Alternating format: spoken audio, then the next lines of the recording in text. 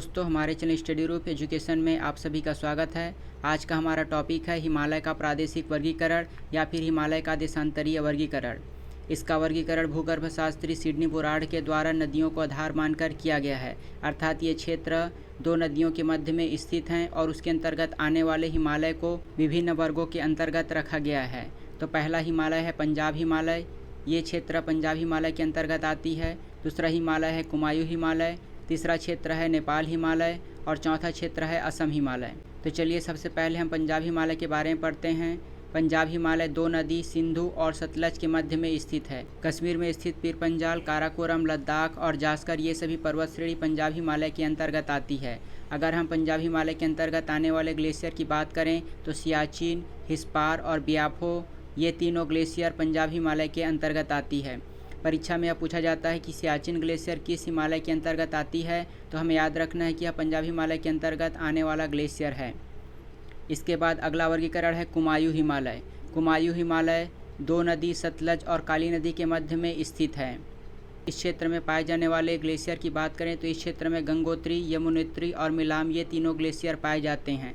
गंगोत्री से गंगा नदी का उद्गम हुआ है जबकि यमुनोत्री से यमुना नदी का उद्गम हुआ है। तो ये तीनों ग्लेशियर कुमायूं हिमालय के अंतर्गत आते हैं। इस क्षेत्र के पर्वत श्रेणी की बात करें तो इस क्षेत्र के अंतर्गत केदारनाथ, बद्रीनाथ, नंदा देवी ये सभी पर्वत चोटी आती है। अगला वर्गीकरण है नेपाल हिमालय, जो कि काली नदी और तीस्ता नदी के मध्य में स्थित है।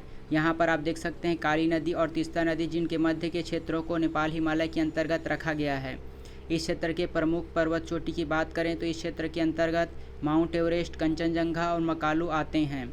ये नेपाल और सिक्किम के क्षेत्र हैं जिन्हें नेपाल हिमालय के अंतर्गत रखा गया है।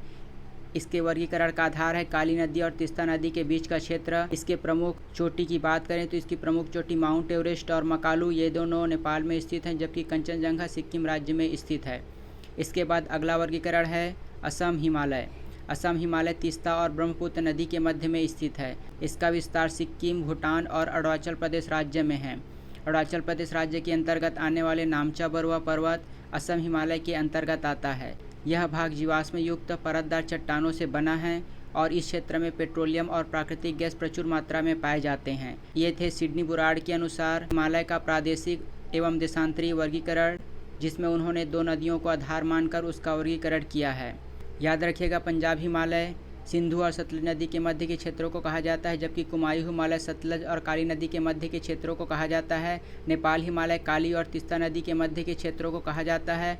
और अंतिम है असम हिमालय, जो कि तीस्ता और ब्रह्मपुत्र के मध्य के क्षेत्रों को कहा जाता है। तो आज के लिए बस इतना ही। धन्यवाद।